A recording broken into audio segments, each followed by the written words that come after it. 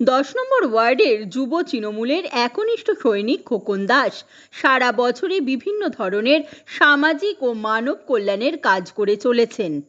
দুর্গাপুজো কালী পুজোর পরে এলাকার মানুষকে একটু আনন্দ দিতে খোকন দাসের উদ্যোগে এক জমজমাট ফুচকা উৎসবের আয়োজন করা হলো কলকাতার 10 নম্বর ওয়ার্ডে।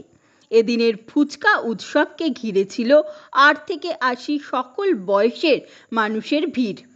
এই উৎসবে ছিল ফুচকা, পাপড়ি চাট, ঘুগনির মতো লোভনীয়, জিভে জল আনা বিভিন্ন রকমের সব পদ।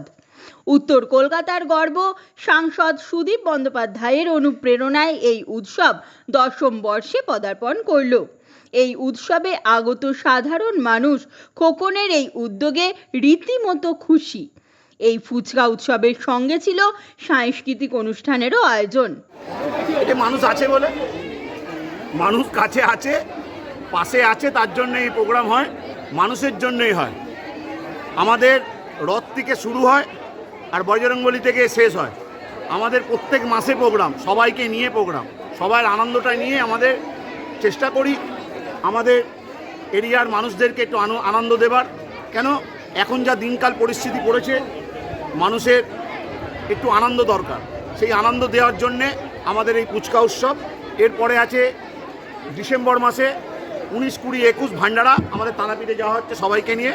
আপনাদের মিডিয়ার সম্বন্ধে জানাচ্ছি, আপনারা যারা যেতে চায় আমাদের কাছে আসুন, এই ভান্ডারাতে চলুন, সম্পূর্ণ বিনামূল্যে। নগেন বাবার আশ্রমে থাকার ব্যবস্থা, খাওয়ার ব্যবস্থা। কেউ যদি লাক্সারি রুমে থাকে সেই রুমের ভাড়া তাকে বেয়ার করতে হবে। আর অযথা যদি আমাদের সাথে যারা যাবে, নগেন বাবার আশ্রমে রাখা খাওয়া ব্যবস্থা করা হয়েছে। আপনারা সবাই আসুন। কত মানুষ আজকে এই ফুচকায় অংশগ্রহণ করছেন? আগামীকাল সকাল 10টায় চক্ষু পরীক্ষা আছে, আপনারা আসুন। দিগান্ত ক্লাবে হবে। এই দিগান্ত ক্লাবে যাদের চোখের প্রবলেম তারা চোখ দেখান, চশমা, যাদের ছানি অপারেশন সেটাও সব আমাদের ব্যবস্থা করার ব্যবস্থা আছে। আপনারা আসুন, এই প্রোগ্রামটাকে সফল করুন। আজকে ফুচকা অংশগ্রহণ করছে, ফুচকা, দই বড়া, পাপড়ি চাট। আমরা 5000 কার্ড দিয়েছি, সবাই আসছে। আপনি 30,000 ফুচকা করেছি আমরা। পার হেড, পার কার্ডে 5টা করে ফুচকা, 1 প্লেট করে পাপড়ি চাট, ঘুগনি 1 প্লেট। মুখ্যমন্ত্রী মমতা ব্যানার্জি যেভাবে বলেছে সারা বছর মানুষের পাশে থাকতে, সেই আমরা মাননীয় মুখ্যমন্ত্রীর নির্দেশেই কাজ করি, মানুষের পাশে থাকার চেষ্টা করি। আর মানুষ সম্বন্ধে 10 নম্বর ওয়ার্ডে খবর নিয়ে নেবেন।